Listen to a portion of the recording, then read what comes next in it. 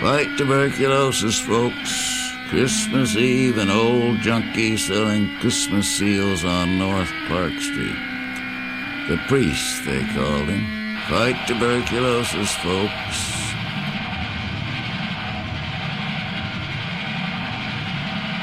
People hurried by, gray shadows on a distant wall. It was getting late and no money to score.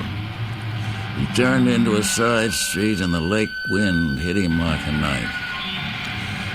Cab stopped just ahead under a streetlight. Boy got out with a suitcase. Thin kid in prep school clothes, familiar face, the priest told himself. Watching from the doorway, reminds me of something a long time ago.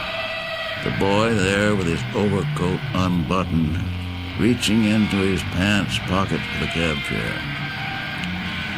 The cab drove away and turned the corner. The boy went inside a building. Yes, maybe. The suitcase was there in the doorway. The boy nowhere in sight. Gone to get the keys, most likely. Have to move fast. He picked up the suitcase and started for the corner. Made it, glanced down at the case. Didn't look like the case the boy had or any boy would have. Priest couldn't put his finger on what was so old about the case. Old and dirty, poor quality leather, and heavy. Better see what's inside. He turned into Lincoln Park, found an empty place, and opened the case. 2 severed human legs that belonged to a young man with dark skin. Shiny black leg hairs glittered in the dim streetlight. The legs had been forced into the case, and he had to use his knee on the back of the case to shove them out. Legs yet, he said, and walked quickly away with the case. Might bring a few dollars to score.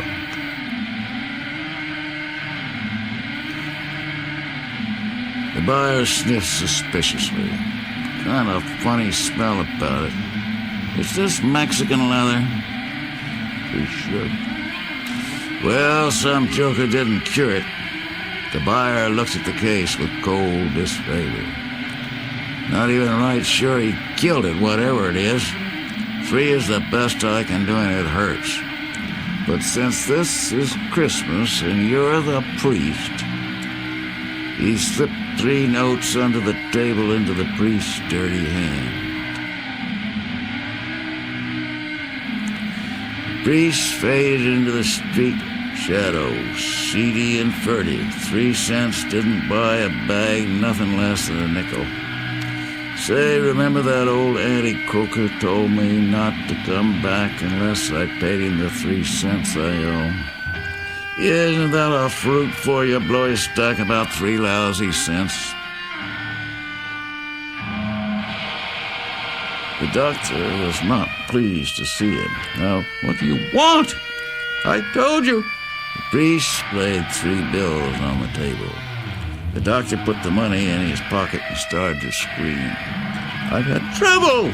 People have been around. I may lose my license. The priest just sat there, eyes old and heavy with years of junk on the doctor's face. I can't write you a prescription. The doctor jerked open a drawer and slid an ampule across the table. That's all I have in the office. The doctor stood up. Take it and get out! He screamed, hysterical. The priest's expression did not change. The doctor added in quieter tones, after all, I'm a professional man, and I shouldn't be bothered by people like you. Is that all you have for me? 1 lousy quarter G? Couldn't you lend me a nickel? Get out, get out! I'll call the police, I tell you. All right, doctor, I'm going.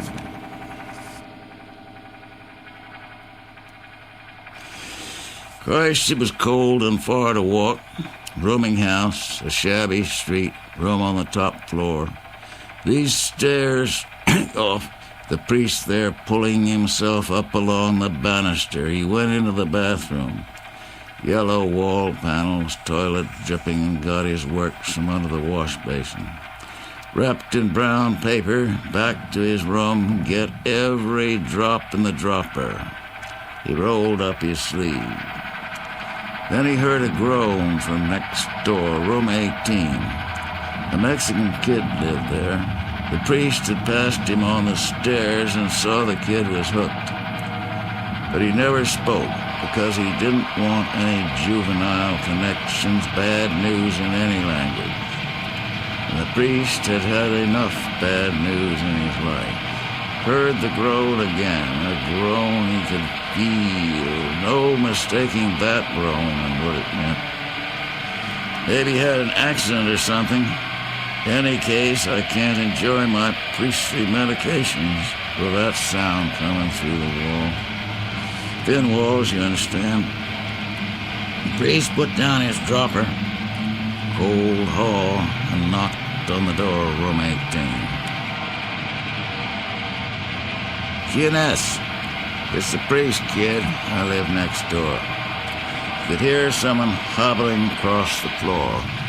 A bolt slid. The boy stood there in his underwear shorts, eyes black with pain. He started to fall. The priest helped him over to the bed. What's wrong, son? It's my legs, senor. Cramps, and now I am without medicine.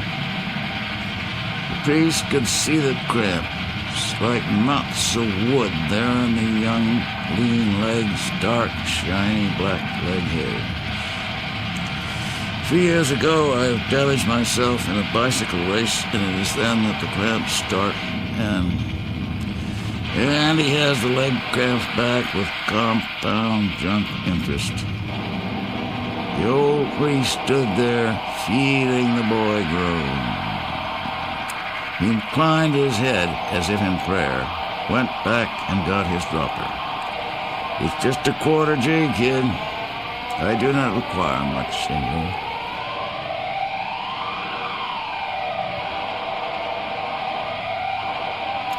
The boy was sleeping when the priest left room 18.